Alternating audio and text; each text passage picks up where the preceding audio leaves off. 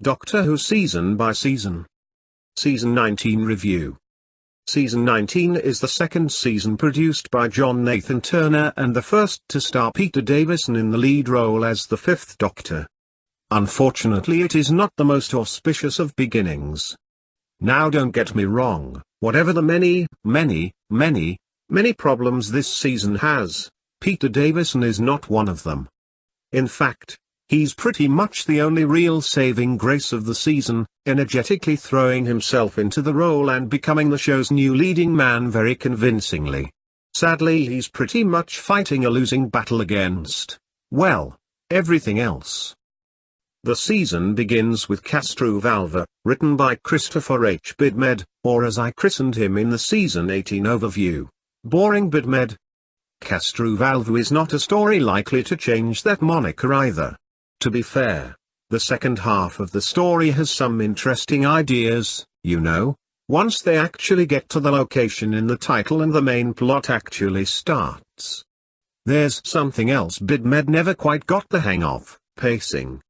The second half also benefits from Peter Davison actually getting up and doing something and starting to establish himself as the Doctor. The first half, though, holy jeez. 2 episodes faffing around in the TARDIS and woods, with most of the emphasis being on the companions. Another great way to turn off most of the audience. Keeping the new Doctor aside and focusing on the companions works when you've got, say, Nicholas Courtney and Caroline John. Not such a great idea when you've got Janet Fielding, Sarah Sutton, and Matthew Waterhouse, the terrible trio at their most wooden. The sole highlight of the first 2 episodes is Anthony Ainley's fantastically OTT performance at the climax of episode 1. Farewell my friends. Farewell, forever. Always cracks me up. But this is thin, tedious stuff and the direction and music are also pretty terrible. 4 to Doomsday is not much of an improvement. The first episode consists largely of dialogue that is either bitching between the terrible trio or technobabble, and is one of the most egregious uses of scientific nonsense in place of real dialogue I've ever seen. This has to be Boring Bidmed's doing. There are some interesting moments in this one, and I rather like the episode 2 cliffhanger. This is me, but it's not great. One aspect of this story that amuses me is that both the ship and many of the ideas, particularly Bygone, appear to have been massively influenced by the Bert Gets Abducted by Aliens storyline from classic 70s American comedy spoof series Soap. I am absolutely convinced Terran Studley got some of his ideas from that show. Kinda is next up, and holy shit. I've done a hatchet job on this would-be intellectual, pretentious and nonsensical piece of crap elsewhere, so let's just say it's complete drivel and move swiftly on.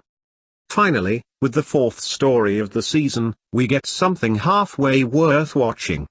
The Visitation is an unpretentious adventure story with a plot that makes sense and doesn't bore the audience to death. It's by no means a great story, and it's another example of something that happened in Davison's stories, where the Doctor is paired with a character, in this case Michael Robbins' theatrical highwayman Richard Mace, who makes a much better companion than the 3 trees he's actually got, but it's a traditional, old-school Doctor Who story that is generally well made and certainly works better than anything else in the season so far. This upswing happily continues with the next story, Black Orchid. Now I'm an old enough fart to remember that once upon a time this story was extremely highly thought of by fandom and generally regarded as a classic and a long overdue return to the kind of pure historical story not seen since the second Patrick Troughton story. However, something happened that turned fandom against this story. Namely, Peter Davison decided he didn't like it. Now, Peter Davison is entitled to his opinion, though that his dislike of the story is down to it not including science fiction elements rather indicates that he has a decidedly retarded view of what Doctor Who is and should be, but the fact that his opinions seem to almost overnight change the received wisdom about this tale really indicates what a bunch of goddamn sheep a lot of Doctor Who fans really are. Well, I'm sorry, But I loved this story when I first saw it back in the late 80s and nothing much has changed. It's a hugely enjoyable little quickie, well written, well acted, beautifully made, full of great lines and just a really enjoyable story. I remember Gary Gillat's hilariously ludicrous attack on this story in a DWM review, conveniently in the same month that they were trying to convince us all what a great Agatha Christie-style story The Unicorn and the Wasp was, and this rather pathetic hatchet job was presumably an attempt to make that piece of shit look good. Sorry Gary, sorry DWM, but it didn't work. Unicorn and the Wasp is typical lightweight Tenant-era toss. Black Orchid, on the other hand, is one of Davison's best and always will be. So fuck you. Earthshock is next and is justly famous for bringing back the Cybermen and causing celebrations all over the United Kingdom for killing off the awful Edric. It's a good story, though I'm not a massive fan of it these days, partly because I think I massively overwatched it back in the day and partly because I'm not entirely convinced it's aged all that well. Still, it did a great service to the program by ridding it of the worst companion since Dead as a Dodo, and for that it should be applauded. And then of course the brief renaissance in the season comes to a crashing end with the hilariously awful time flight.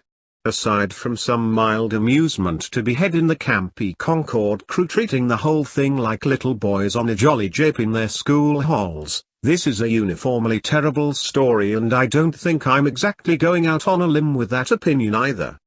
The good news is we lose Tegan, yay. The bad news is the mouthy bitch is back straight away in the next season, boo.